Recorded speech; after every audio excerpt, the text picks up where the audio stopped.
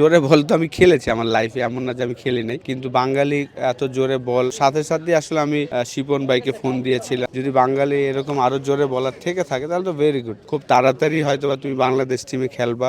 নিজের যত্নটা নিও, যা সুস্থ থাকা, যেন যত্ন নেয়, নিজেকে যত যত্ন নিতে পারে, ফিটনেস লেভেল যত বাড়াইতে পারবে তার জন্য তত ভালো। সেই জিনিসগুলাই বোঝানোর চেষ্টা, কারণ পেস বলের লাইফটা কিন্তু টাফ। বলা হয়ে থাকে যে আসলে বাংলাদেশের সব থেকে ক্ষুরোদার ক্রিকেট মস্তিষ্ক আপনার।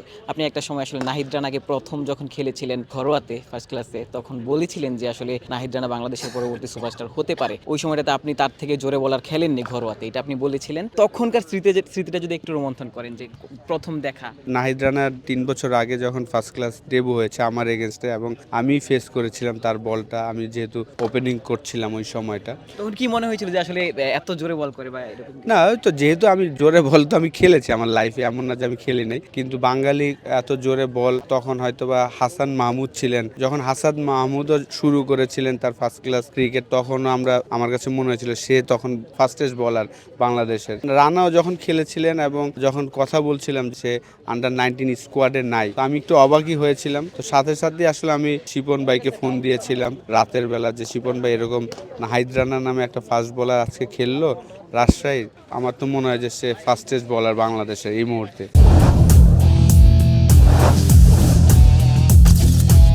তো আমাকে উনি আনসার দিয়েছিলেন তার থেকেও নাকি আরো জোরে বলার ওনার টিমে আছে। তখন আমি বলেছি ও আলহামদুলিল্লাহ, তাহলে তো ভেরি গুড। যদি বাঙালি এরকম আরো জোরে বলার থেকে থাকে তাহলে তো ভেরি গুড। তো তারপর তো তার সাথে যে হাফে নেওয়ার সময় কথা বলেছিলাম, ওইটাই বলার চেষ্টা করেছিলাম যে খুব তাড়াতাড়ি হয়তো বা তুমি বাংলাদেশ টিমে খেলবা।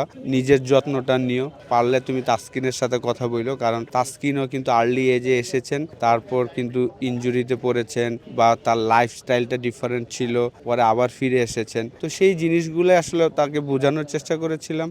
এবং তার কোচ আলমগীর ভাই, উনিও তো বাংলাদেশ টিমে খেলেছেন, পেস বোলার ছিলেন। আমি মনে করি সে রাইট ট্র্যাকই আছেন। 3 বছর আগে যে পরামর্শ দিয়েছিলেন, আজকের দিনে আসলে কি পরামর্শ দিচ্ছেন যিনি আসলে বিশ্বের অন্যান্য ফ্র্যাঞ্চাইজি লিগে সুযোগ পাচ্ছেন? না, যা সুস্থ থাকা, যেন যত্ন নেয়, নিজেকে যত যত্ন নিতে পারে, ফিটনেস লেভেল যত বাড়াইতে পারবে তার জন্য তত ভালো। সেই জিনিসগুলাই বোঝানোর চেষ্টা, কারণ পেস বলের লাইফটা কিন্তু টাফ।